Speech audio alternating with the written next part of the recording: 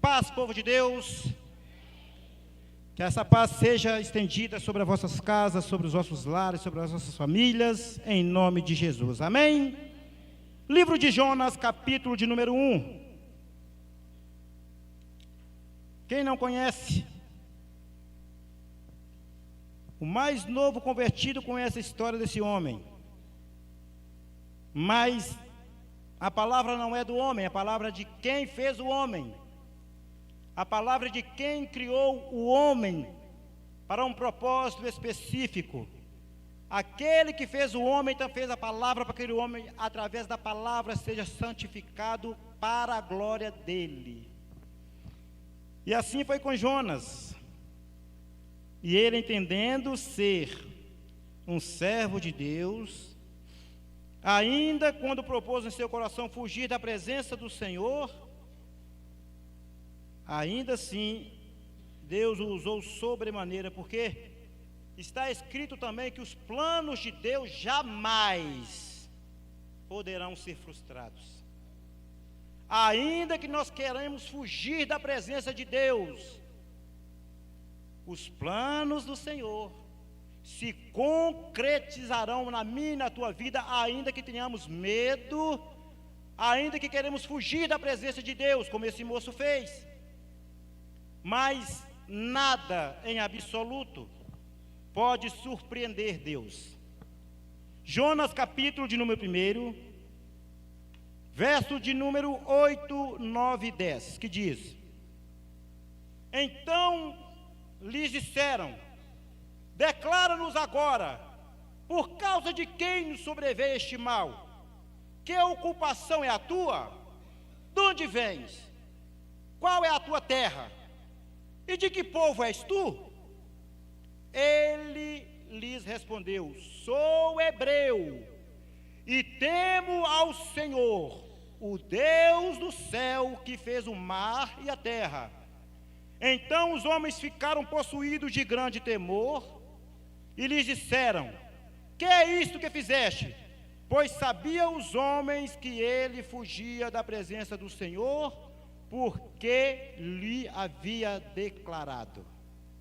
Olha que história, que todos nós conhecemos de cor salteado. Sabemos que Jonas é um pequeno livro composto de quatro capítulos, mas é uma palavra renovadora, irmãos, que nós sabemos que Deus disse a ele: dispõe-te, levanta-te e desce até Nínive, vai até aquela cidade, porque eu quero que tu clama contra ela, prega contra ela, porque as suas malícias veio até a mim.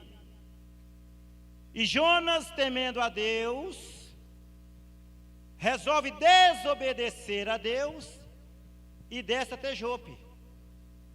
Compra uma passagem, não para Nínive, embora todo o livro de Jonas nos faz entender que havia também embarcação para aquela cidade. Ora, a cidade era grande, era polvorosa, a cidade tinha mais de 120 mil habitantes.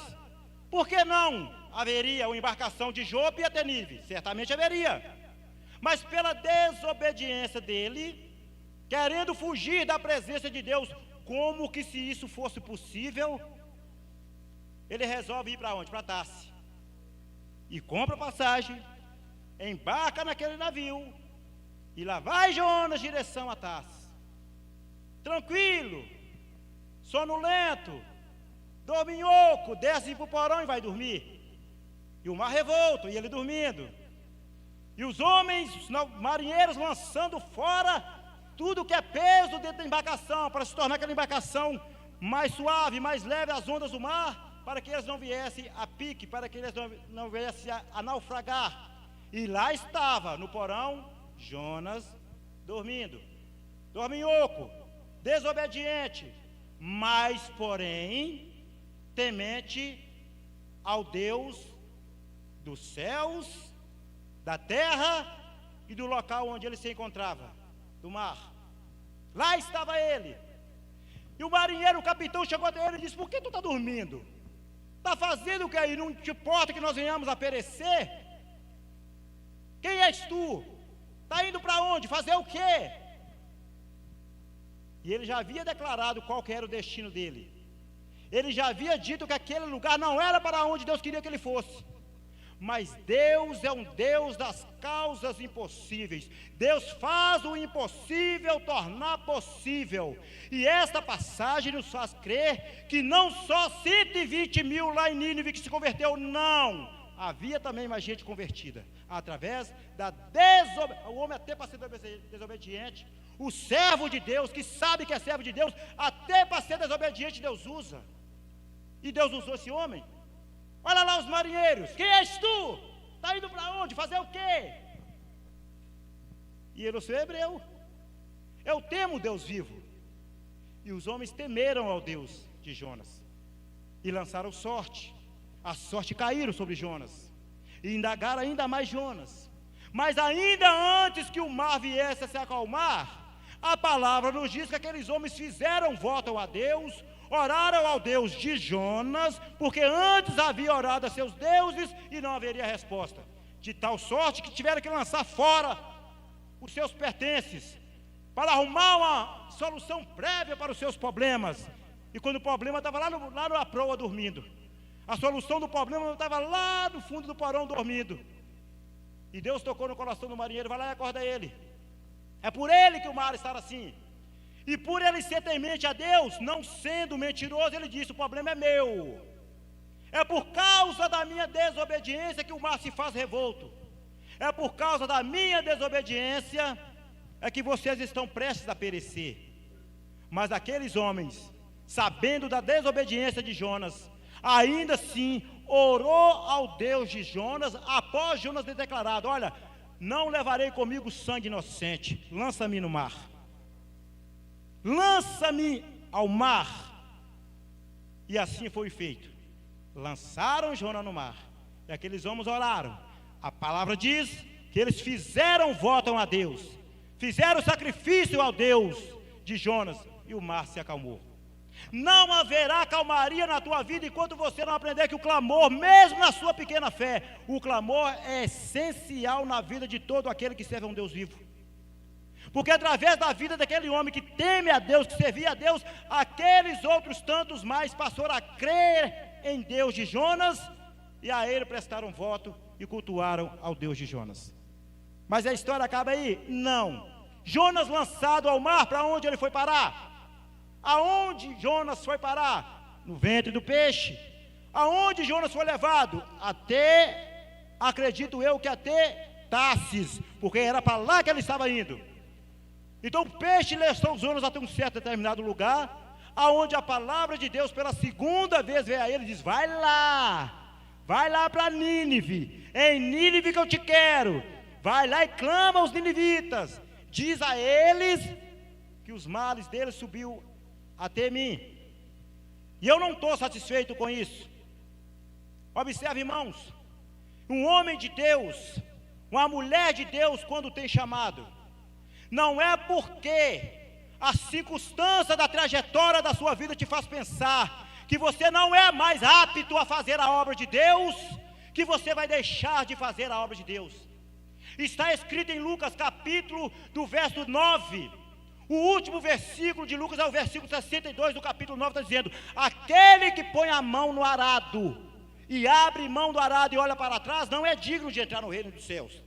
Então, independente da trajetória que nós nos encontramos nessa noite, porque os dias estão se abreviando, está sendo difícil mesmo.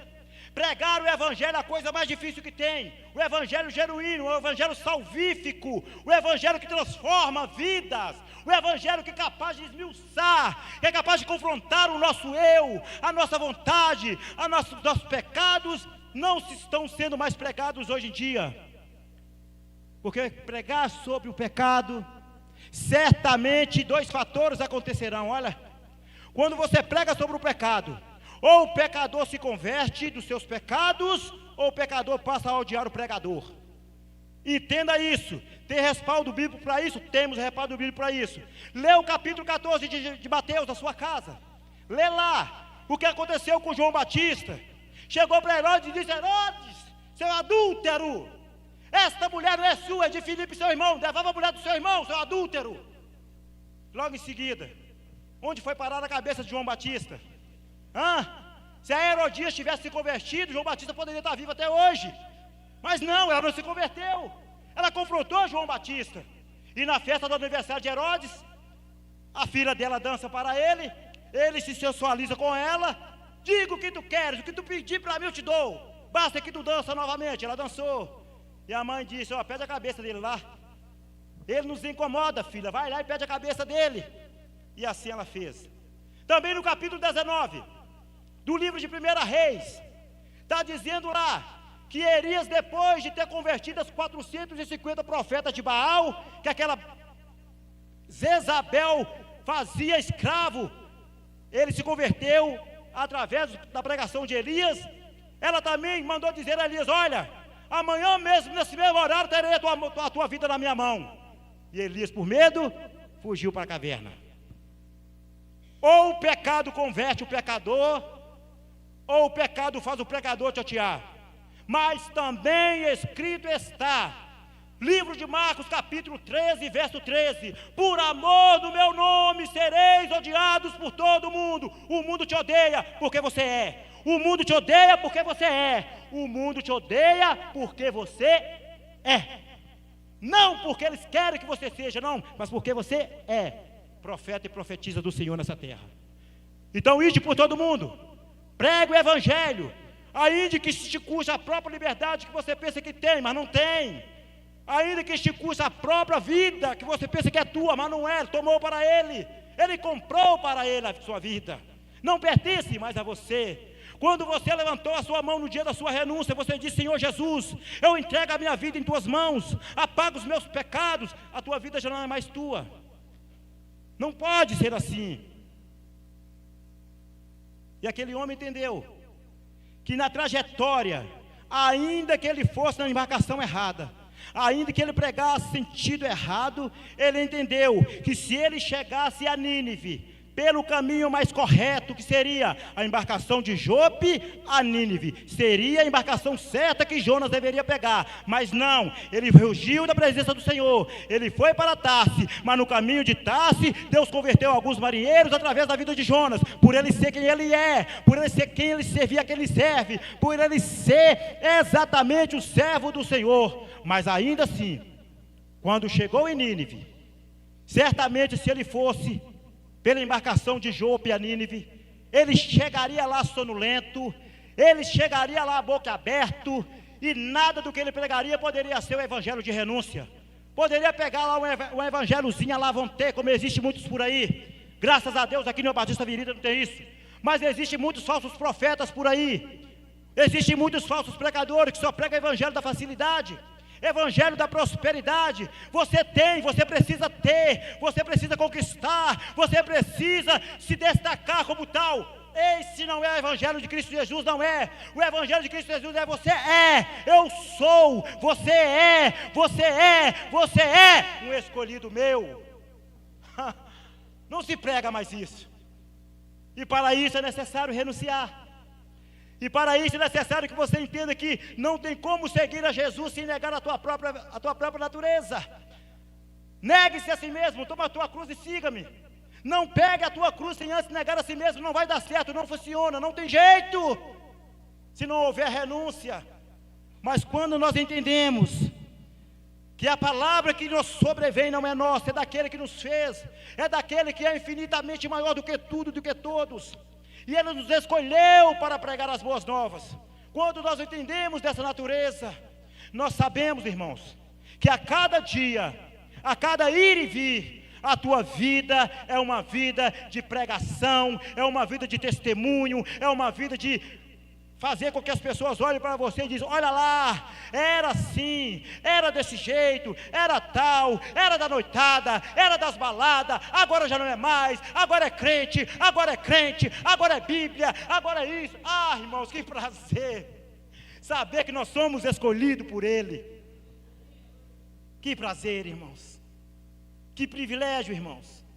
Olhar para dentro de nós mesmos e saber que nós somos escolhidos. Nós somos escolhidos.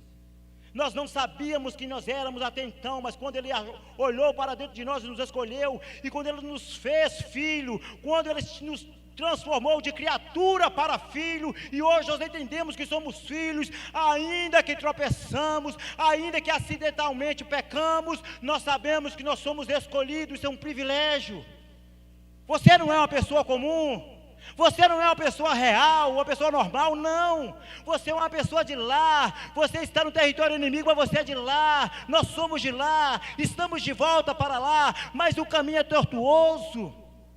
Ainda que muitas das vezes não procuramos embarcar na embarcação certa, ainda que muitas das vezes não procuramos ir pelo justo, reto caminho que é Cristo Jesus, muitas das vezes procuramos pegar embarcação para a cidade vizinha, para fugir da presença do Senhor, porque servir o Senhor dói, servir a Deus machuca, servir a Deus não é fácil, mas Deus não erra. Eu disse aqui no começo da pregação, Deus não erra o alvo, Deus é perfeito em tudo que faz.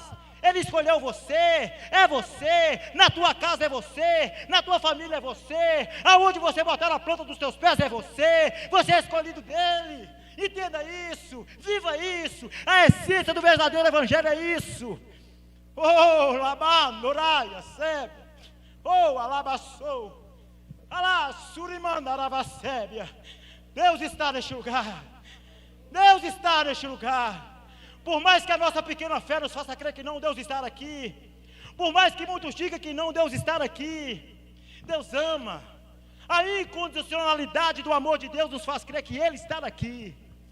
Independentemente de muitas vezes tropeçarmos em nós mesmos, no nosso egoísmo, no nosso eu sou, muitas das vezes nos deixamos levar, e nos levamos, e Ele está lá em cima dizendo: eu não mudo, a minha promessa não muda, a minha proposta da tua vida não muda, o que eu tenho para fazer na tua vida não muda. Eu fiz na vida de Jonas, eu fiz na vida do outro, e do outro pregador, e do outro foi assim, na tua vida também não vai ser diferente. O que eu tenho para ti é meu, vai concretizar através da sua vida. Oh Deus, quem dera, oxalá Deus nós entendermos isso nesta noite, quem nos dera Deus nós entendermos isso nesta noite, nós sairíamos daqui nesta noite com a nossa vida transformada dizendo: eu sou capaz, eu posso todas as coisas eu posso, Ele me fortalece, Ele é a minha força, Ele é o meu refúgio, é a minha fortaleza, é o meu bem maior, é o meu Deus, e Ele é o único meu. Para a glória de Deus Pai.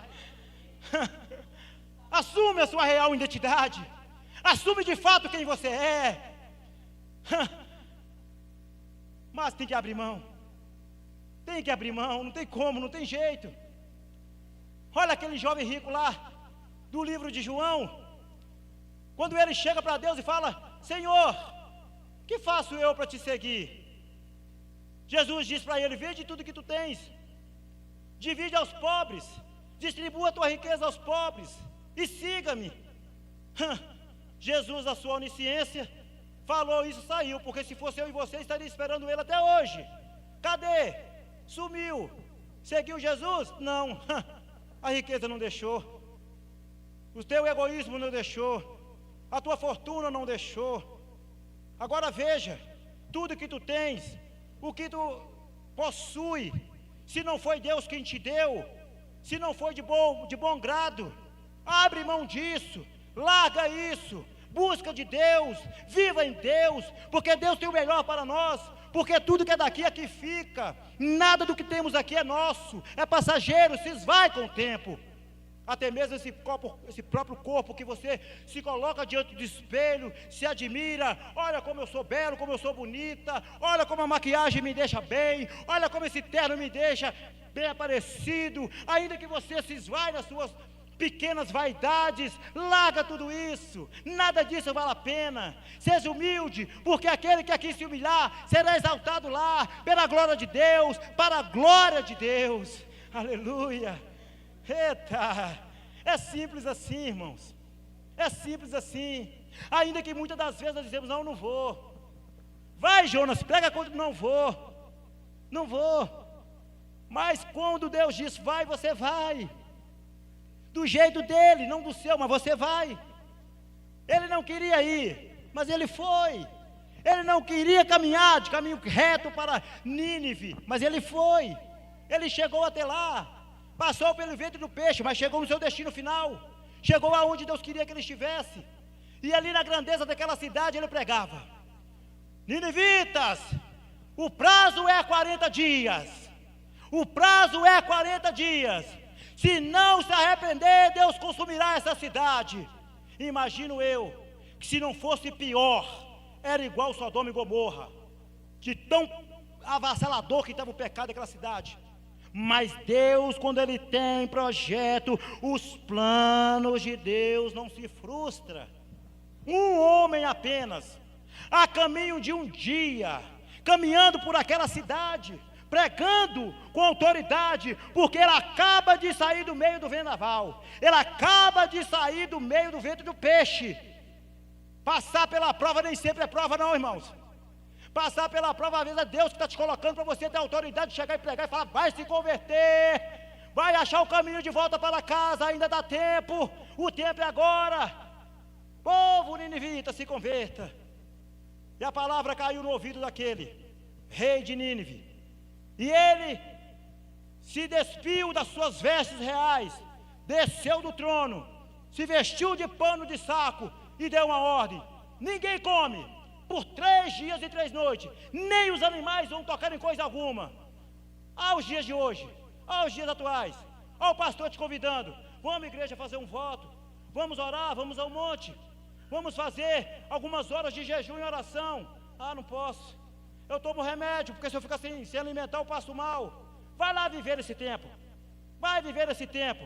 Mas o Deus daquele tempo é o Deus do tempo de hoje. Se Ele te trouxe do tempo de hoje, é porque Ele sabe de quem você é capaz. Ele sabe que você é capaz. Se está junto com o pastor, vamos orar. Se está junto com o pastor, vamos fazer a obra. Bota a mão no arado, olha para o alvo. O objetivo é o alvo é Cristo, o alvo é Jesus. Ele veio, Ele entregou por mim, Ele se entregou por você. O que é que há? Vamos lá, nós vamos conseguir. Nós vamos conseguir. Meu Deus! Oh, aleluia! Bendito seja o nome do Senhor. Igreja, nós estamos chegando no nosso objetivo maior. E a palavra é essa: persevera. Persevera. Seja como Jonas. Fuja, querer fugir às vezes é notório, é aceitável aos olhos do Senhor. Ele te conhece, Ele sabe que você é falho mesmo, Ele sabe que você erra mesmo, Ele sabe que às vezes nós indagamos mesmo, mas Ele sabe que Ele te escolheu por um propósito específico, e o propósito é: você vai vencer. Em Cristo Jesus nós vamos vencer. Não existe batalha que seja maior do que a nossa fé. Por mais pequena que seja a nossa fé, não existe luta que possa sobrepor a vontade e os planos de Deus determinados sobre a minha e sobre a tua vida. Nós só precisamos entender isso.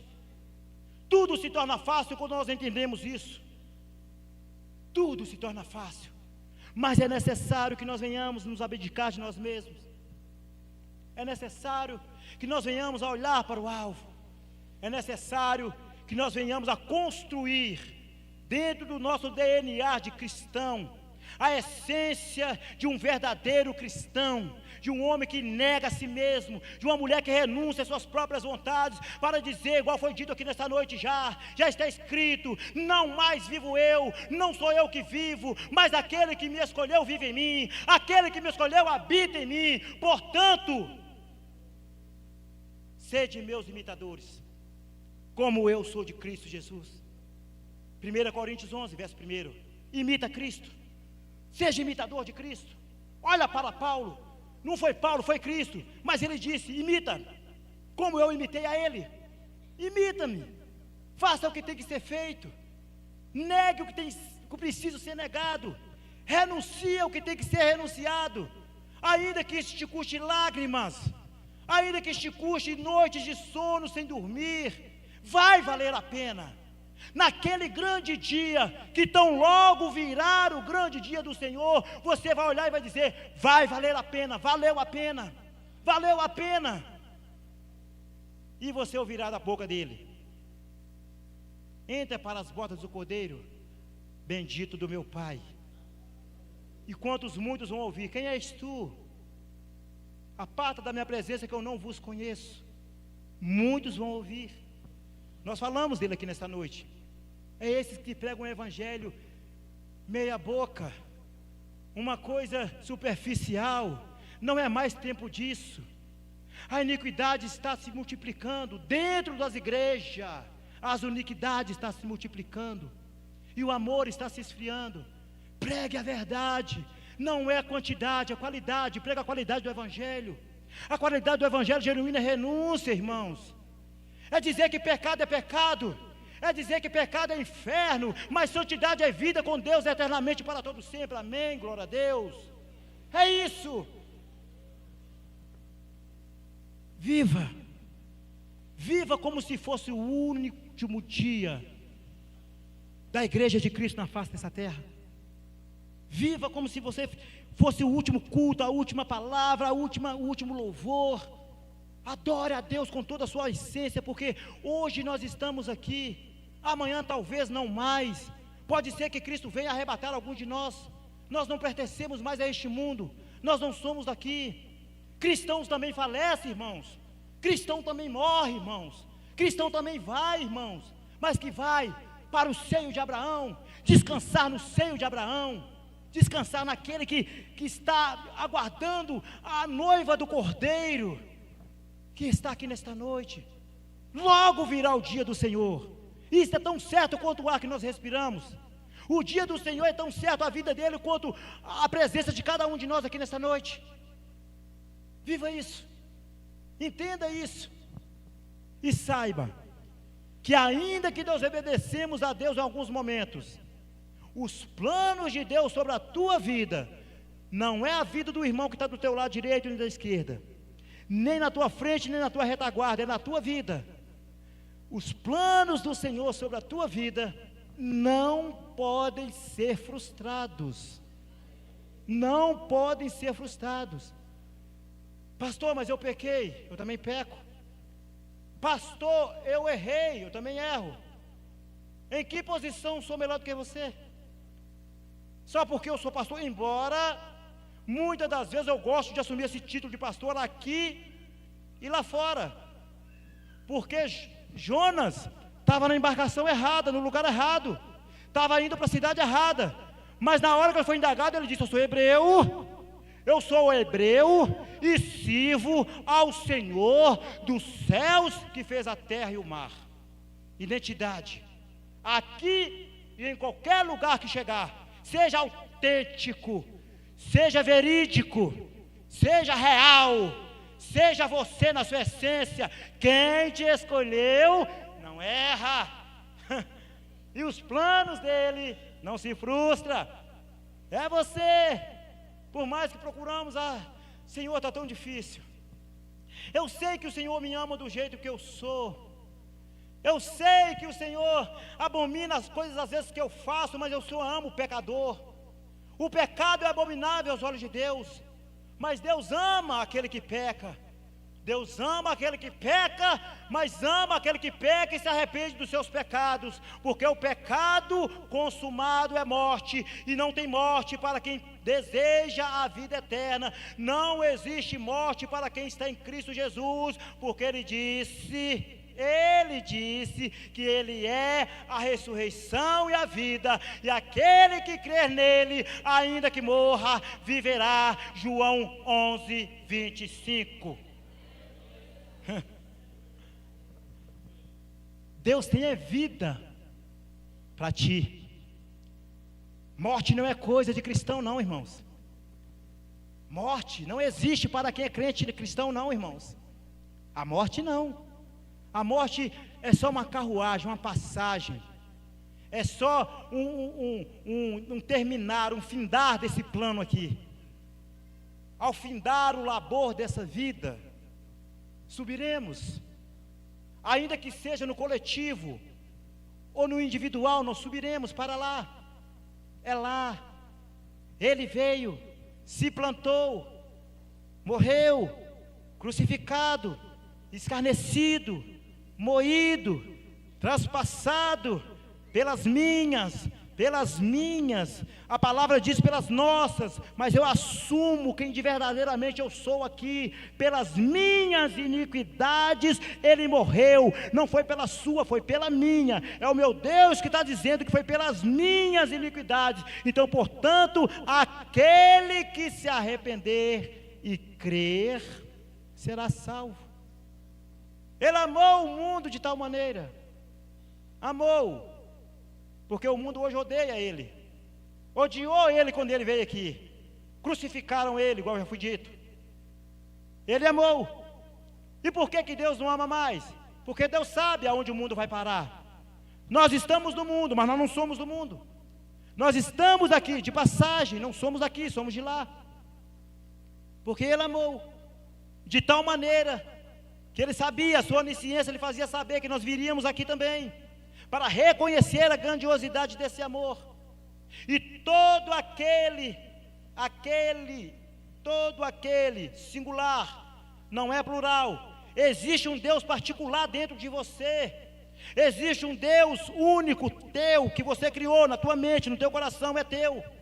Mas quando nós buscamos esse Deus aqui, aí a coletividade acontece. Por que as religiões não salvam? Por que as religiões não trazem essa veracidade desse amor? Por causa das coisas desse mundo que eles não querem abrir mão. Mas quando o verdadeiro cristão entende que a vida de cristianismo não é aqui, é lá, porque quiseram dar àquele que morreu por mim, aquele que morreu por você, quiseram dar a ele um título de rei dos reis e senhor dos senhores, ele não aceitou. Aqui não. Ele disse: o meu reino não é deste mundo.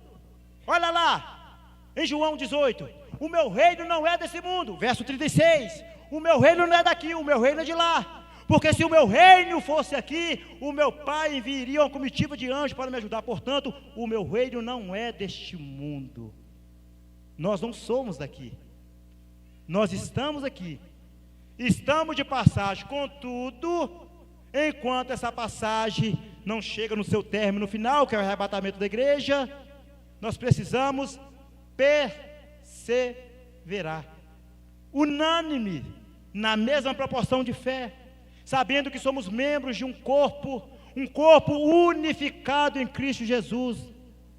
Até tempos atrás eu pregava de maneira não errada, mas não tão convincente, de que nós somos a igreja do Senhor. Só porque o verso 19 do capítulo 6 de 1 Carta aos Coríntios diz que nós somos templos do Espírito Santo, nos dá a ideia de que nós somos a igreja. Não, nós somos membro de um corpo cuja cabeça está acima, está elevada. A cabeça é Cristo. Nesse entendimento plausível, nós entendemos que o membro, quando não está no corpo, o corpo mesmo sem aquele membro, ele sobrevive. Quantos já viram por aí alguém sem perna, alguém sem braço, alguém sem um olho, alguém sem uma orelha, mas sobrevivendo? Mas vai tirar o corpo do membro para ver se sobrevive? Não sobrevive. Ou melhor, tira o membro do corpo e faz aquele membro viver. Não vive. Esta é a razão da nossa coletividade. Precisamos estar unificados como membros, unidos em um só corpo, em Cristo Jesus. Porque o membro fora do corpo, ele é amputado, ele prudece. Ele está fora do corpo, ele não serve para nada, a não ser para ser lançado fora. Entenda isso, nós somos membros de um corpo. O corpo é Cristo. A unidade está em Cristo Jesus, nosso Senhor. Se faz necessário entender dessa maneira, para que nós saibamos de verdade que nós somos sim, queira o mundo, queira não, somos sim, escolhido dele, capacitado por ele, renovado por ele, transformado pelo poder da tua palavra, lapidado pelo poder da tua palavra, e vivos pela graça que nos foi dada em Cristo Jesus, nosso Senhor. Irmãos, Ele está aqui, unificado na sua terceira pessoa, essa pessoa que nos consola quando nós choramos, quando nós gememos, essa pessoa que nos nos diz que vamos conseguir.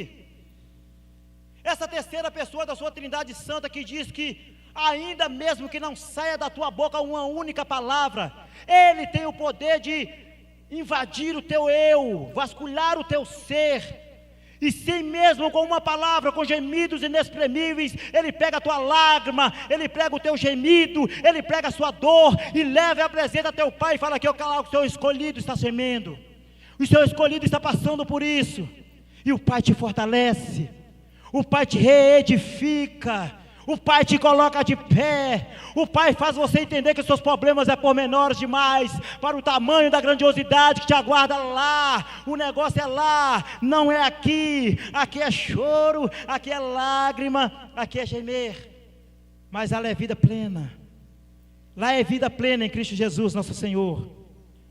Aonde Apocalipse 21, verso 3 e 4, eu repito muito isso, para que nós entendamos, nos dias que lá Ele cessará da nossa boca todo choro, dos nossos olhos Ele enxugará toda lágrima.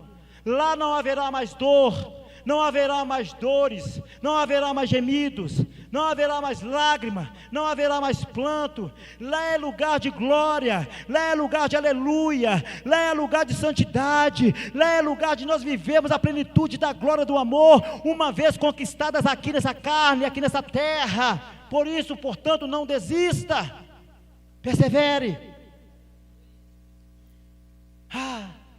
Ainda que muitas das vezes sejamos um Jonas da vida, mas um Jonas dorminhoco, sim, é verdade. Desobediente não ao extremo, mas desobediente, sim, é verdade. Mas é um Jonas que, quando é indagado quem és tu, ele abre a boca e diz: eu sou quem eu sou. Eu sou hebreu, ou seja, eu sirvo ao Senhor, ou seja, a identidade se revelando. E olha a vida sendo transformada. E quando ele disse: eu sirvo ao Senhor, dentro daquela embarcação, aqueles homens se prontificaram a ouvir Jonas, quando ele disse: eu sirvo ao Senhor Deus, porque os deuses pormenores a quem eles haviam clamado, até então não responderam nada, e o mar estava revolto, e eles lançando fora seus pertences, e o mar revolto.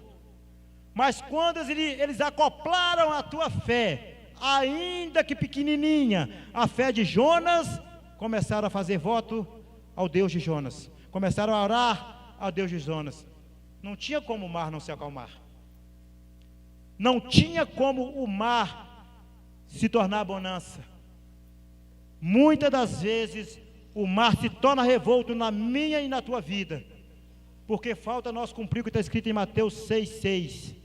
Foi o que Jonas fez quando ele estava no ventre do peixe.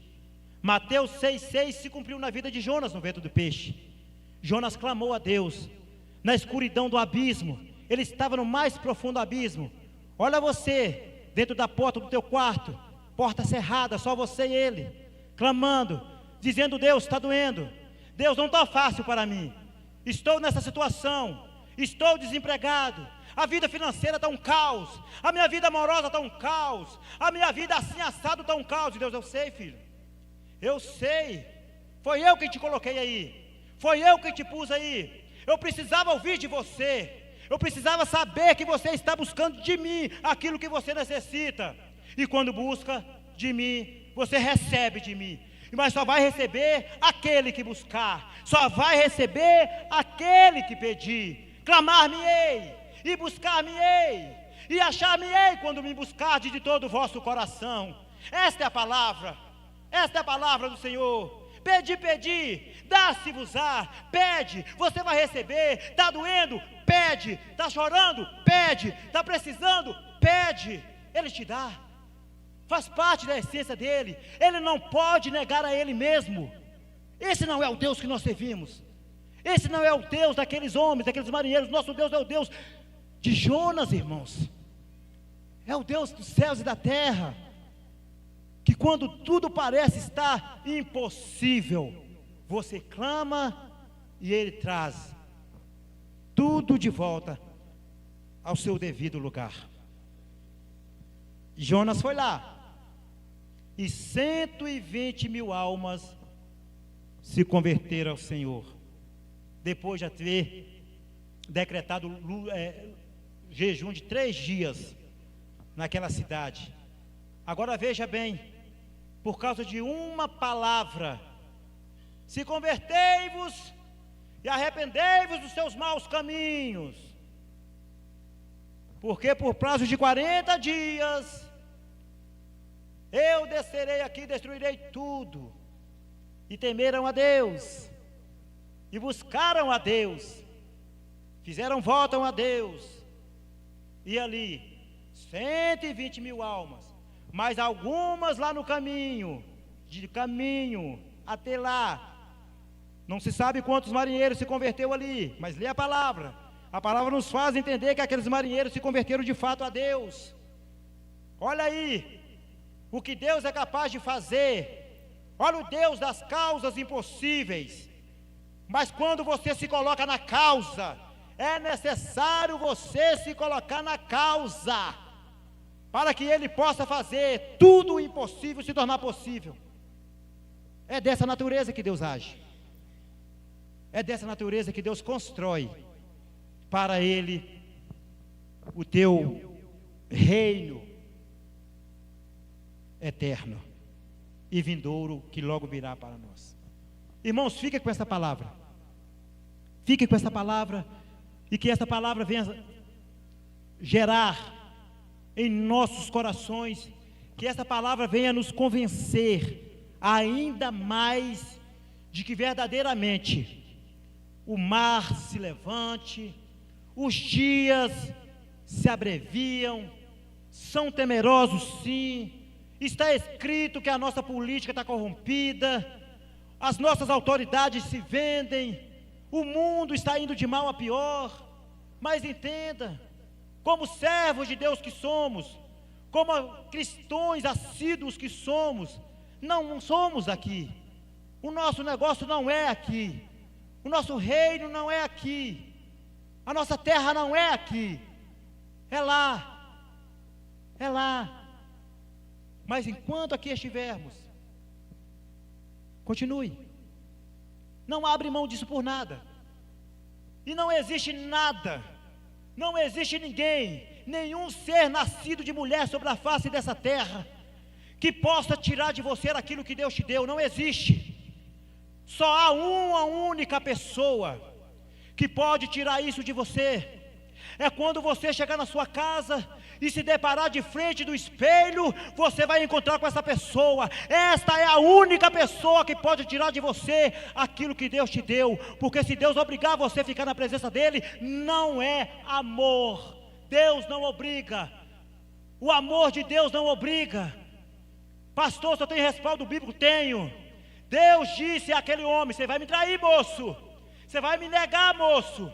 O moço que negou se arrependeu e voltou atrás, mas o moço que traiu não se arrependeu, encheu o seu coração de remorso, julgou no tempo as pratas e saiu, foi dar cabo da tua vida. É assim, o amor não obriga. Ele não disse: tu está proibido de me trair, não, ele disse: tu vai me trair, moço. E o moço traiu e não se arrependeu, e nós sabemos o final da história dele. É assim, irmãos, é assim, irmãos.